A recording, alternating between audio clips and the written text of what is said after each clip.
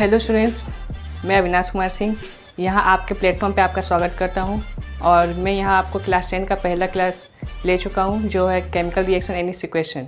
वहाँ पे मैंने आपको पढ़ाया था कि चेंजेस जो होता है उसे कैसे पहचाना जाता है, फिजिकल चेंज है या केमिकल चेंज है।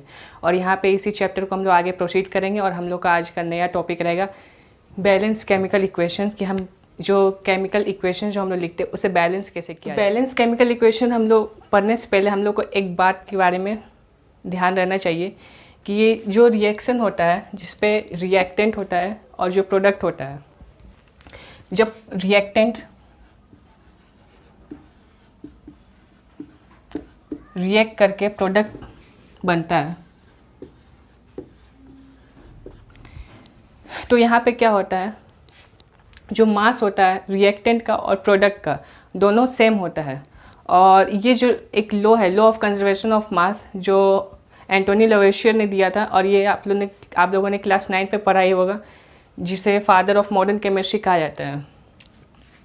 ठीक है, उनका एक लॉ था, उन्होंने दिया था law of conservation of mass. ठीक है, उस लॉ के मुताबिक क्या होता है, जो रिएक्टेंट का मास है और जो प्रोडक्ट बनेगा उसका मास दोनों इक्वल होता है। ठीक है, या फिर आप ये भी कह सकते हैं जो एटम और मॉलिक्यूल यहाँ पे जो बनता है वो प्रोडक्ट के इक्वल होता है। मतलब कि रिएक्टेंट और प्रोडक्ट जो बनेगा वो लोग का कंजर्वेशन ऑफ मास रहता है। यहाँ पे ना ही मास कहीं डिलीट होता है या फिर मास का डिस्ट्रक्शन होता है या फिर कोई नया मास नहीं बनता है। जो प्रोडक्ट बनेगा वो रिएक्टेंट से ही एटम बनेगा। ठीक है, तो यहाँ पे आप लोग कॉपी में अपने नोट करेंगे, फादर ऑफ मॉडर्न केमिस्ट्री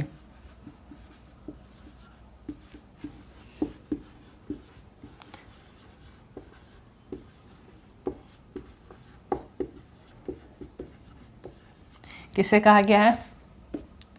ये कहा गया है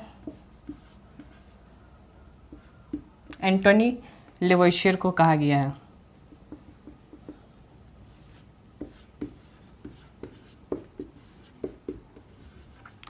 और इन्होंने 1789 पे एक लॉ दिया था जिसका नाम था law of conservation of mass.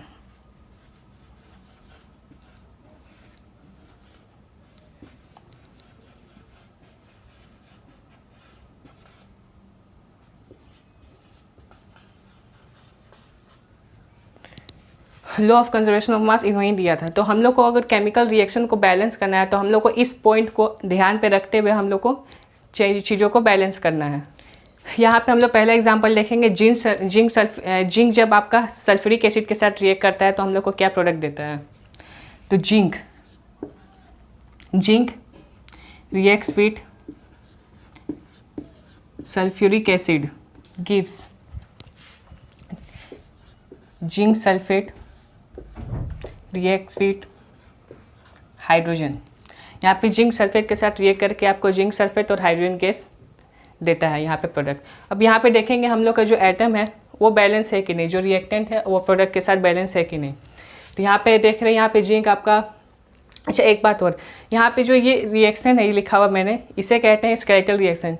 इस रिएक्शन को हम लोग को बैलेंस करने वक्त, हम लोग जब बैलेंस करेंगे उस वक्त इस रिएक्शन के साथ कोई छेड़छाड़ नहीं करना है। ठीक है, मतलब कि आप लोग अगर सेफ तरीके से बैलेंस करना चाहते हैं तो शुरू में आप लोग सीख रहे होंगे तो यहाँ पे इसको एक बॉक्स के अंदर बना दीजिए कि इस एलिमेंट के साथ हम लोगों को कोई छेड़छाड़ नहीं करना है, वरना प्रोडक्ट और रिएक्टेंट दोनों ही दूसरा बन जाएगा, अलग ही रिएक्टेंट हो जाएगा, अलग ही प्रोडक्ट हो जाएगा। तो यहाँ पे हम लोग देखते हैं जिंक एक एटम है, यहाँ पे भी जिंक एक एटम है, यहाँ पे हाइड्रोजन 2 है, यहाँ पे भी हाइड्रोजन 2 एटम है, यहाँ पे एस है, यहाँ पे एस एक ही है, ऑक्सीजन यहाँ पे 4 है, यहाँ पे भी ऑक्सीजन 4 है। तो यहाँ पे हम लोग क्या देख रहे हैं, जो यहाँ पे रिएक्टेंट है उसका एटम और या फिर उसका मास जो है प्रोडक्ट के साथ, रिएक्टेंट के साथ और प्रोडक्ट का दोनों का मैच कर रहा है। तो यहाँ पे इस रिएक्शन को बैलेंस करने का कोई ज़रूरत नहीं है। हम लोग दूसरा बैलेंस इक्वेशन देखते हैं, क्या हम लोग अलग दूसरा एग्जाम्पल देखते हैं। तो यहाँ पे हम लोग लेंगे आयरन जब आपका वाटर के साथ रिएक्ट करेगा, तो आयरन जब आपका वाटर के साथ रिएक्ट करता है यहाँ पे बनाता है फेरस ऑक्साइड Fe3O4 और साथ में हाइड्रोजन गैस देता है। ये आपका रिएक्टेंट है और ये प्रोडक्ट है। ठीक है, अब यहाँ पे हम लोग देखेंगे इसे बैलेंस कैसे किया जाता है। यहाँ पे देखिए रिएक्टेंट पे आपका एक है एटम है, यहाँ पे आपका एटम कितना है, 3 है, ठीक है। तो इसे बैलेंस करेंगे, इसे बैलेंस करने के लिए यहाँ पे हम लोग 3 का मल्टीपल यहाँ करेंगे। और हाँ, हमेशा यहाँ पे जो हम लोग नंबर मल्टीप्लाई पे होगा, कोई फ्रैक्शन या फिर परसेंटेज पे यहाँ पे कोई नंबर हम लोग फ्रैक्शन पे मल्टीप्लाई नहीं कर सकते हैं, ठीक है। यहाँ पे 3Fe हो गया, यहाँ पे बैलेंस हो गया। अब हम लोग देखते हैं हाइड्रोजन का। हाइड्रोजन को यहाँ हम लोग बैलेंस करेंगे। यहाँ पे हाइड्रोजन 2 है, यहाँ पे भी हाइड्रोजन 2 है। यहाँ पे ऑक्सीजन हम लोग बैलेंस करते हैं। यहाँ पे ऑक्सीजन 4 है, लेकिन यहाँ पे कितना है, यहाँ पे ऑक्सीजन सिर्फ 1 है। तो हम लोग जब ऑक्सीजन को यहाँ बैलेंस करते हैं, यहाँ पे हम लोग को 4 से मल्टीप्लाई करना होगा इस रिएक्शन में। तो यहाँ पे जब हम लोग 4 से मल्टीप्लाई कर दिया, अब तो यहाँ पे ऑक्सीजन हम लोग का सेम हो गया एटम, लेकिन हम लोग देख रहे हैं कि यहाँ पे हाइड्रोजन 8 एटम हो गया, ठीक है। यहाँ पे हाइड्रोजन कितना हो गया, 8 हो गया, और यहाँ पे कितना है, 2 ही है। तो अब हम लोग को हाइड्रोजन को बैलेंस करना होगा। तो यहाँ पे हम लोग को बैलेंस करने के लिए यहाँ पे 8 है, तो यहाँ पे कितना करना होगा, 4 से मल्टीप्लाई करना होगा। अब हम लोग चेक करते हैं यहाँ पे जो रिएक्शन हम लोग लिखा है वो बैलेंस किए हैं, वो सही है या गलत। तो चेक किसे किया जाता है, यहाँ पे हम लोग देखेंगे जो यहाँ पे आयरन है, आयरन यहाँ पे 3 है, और यहाँ पे प्रोडक्ट पे भी यहाँ तक 3 है। यहाँ पे हम लोग देखेंगे हाइड्रोजन पे यहाँ पे 8 है, यहाँ पे भी देख रहे हैं हाइड्रोजन पे हम लोग का 8 है, यहाँ पे देख रहे हैं ऑक्सीजन का 4 है, यहाँ पे भी देख रहे हैं ऑक्सीजन का 4 है, ठीक है। यहाँ पे हम लोग को हर एक एलिमेंट का हम लोग को चेक करना होगा, रिएक्टेंट और प्रोडक्ट दोनों पे, ठीक है। यहाँ पे हम लोग का बैलेंस केमिकल इक्वेशन इस तरह से बैलेंस किया जाता है। अब हम लोग दूसरा एग्जांपल देखते हैं कि किस तरह से हम लोग दूसरा एग्जांपल में बैलेंस करते हैं। यहाँ पर हम लोग दूसरा एग्जांपल देखते हैं, फोटोसिंथेसिस रिएक्शन, जिस पे हम लोग को ग्लूकोज बनता है, ठीक है। तो यहाँ पे हम लोग देखेंगे, यहाँ पे हम लोग का फोटोसिंथेसिस रिएक्शन पे हम लोग देखते हैं। फोटोसिंथेसिस रिएक्शन में आप लोग का रिएक्टेंट क्या क्या होता है, कार्बन डाइऑक्साइड रिएक्ट करता है आपका वाटर के साथ, कार्बन डाइऑक्साइड वाटर, ठीक है। कार्बन डाइऑक्साइड वाटर के साथ रिएक्ट करता है in the presence of sunlight and chlorophyll.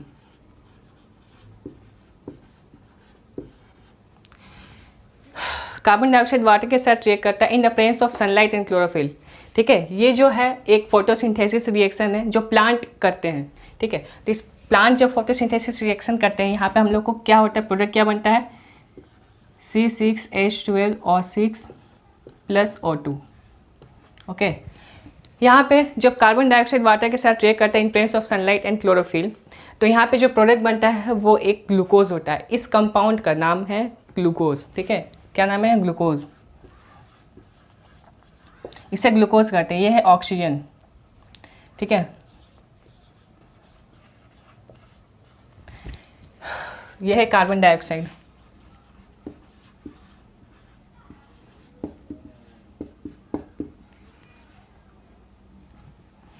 और ये आपको पता ही है वाटर।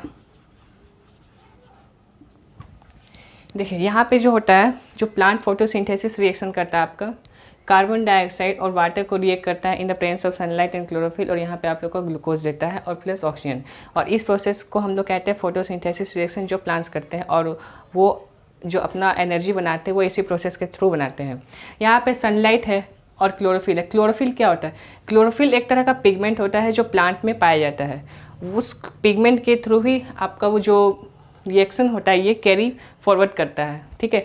और ये जो मैंने लिखा है, ये जो एरो पे लिखा है, इसे ये कैटलिस्ट इसे कहा जाता है, जो एरो के ऊपर ही लिखा जाता है, इसे कैटलिस्ट कहा जाता है, और ये एरो के ऊपर लिख के शो किया जाता है इसे। अब हम लोग इसे देखते हैं बैलेंस कैसे किया जाता है। तो यहाँ पे देखते हैं, यहाँ पे कार्बन 1 है और यहाँ पे कार्बन कितना है, 6 है। तो यहाँ पे हम लोग को 6 करने के लिए यहाँ पे 6 से मल्टीप्लाई करना होगा, ठीक है। यहाँ पे कार्बन हो गया आपका। अब यहाँ पे देखते हैं कि ऑक्सीजन आपका यहाँ पे 12 है। यहाँ पे अब हम लोग को हाइड्रोजन पे देखते हैं पहले। तो यहाँ पे हाइड्रोजन देखते हैं, यहाँ पे 2 है, और यहाँ पे कितना है, यहाँ पे हाइड्रोजन कितना है, 12 है। तो यहाँ पे अब हाइड्रोजन को हम लोग को बैलेंस करने के लिए यहाँ पे 6 से मल्टीप्लाई करेंगे, तो ये भी 12 हो जाएगा हाइड्रोजन। अब यहाँ पे हम लोग देखते हैं ऑक्सीजन कितना है। यहाँ पे ऑक्सीजन कितना है आपका, यहाँ पे आपका 12 यहाँ पे है। किस तरह से हम कह रहे, किस तरह से बता रहे हैं कि यहाँ पे 12 है, तो देखिए यहाँ पे ऑक्सीजन है, ऑक्सीजन के यहाँ पे कितने लिखे हुए, 2, मतलब कि 2 ऑक्सीजन वहाँ पे एटम। और यहाँ पे जब हम लोग 6 लिखे हैं यहाँ पे, तो 6 तो यहाँ पे इससे मल्टीप्लाई होगा, तो 6 इंटू 2 कितना होता है, 12 होता है।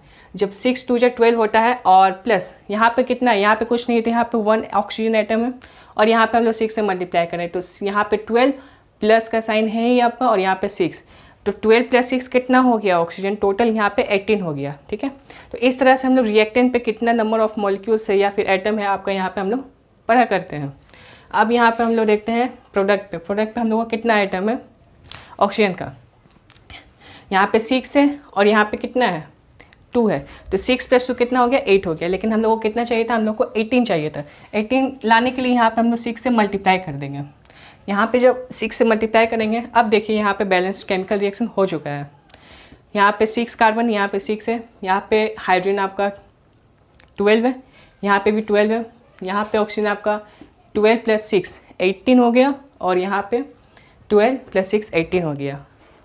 ठीक है, आई होप आप लोग को समझ में आया होगा।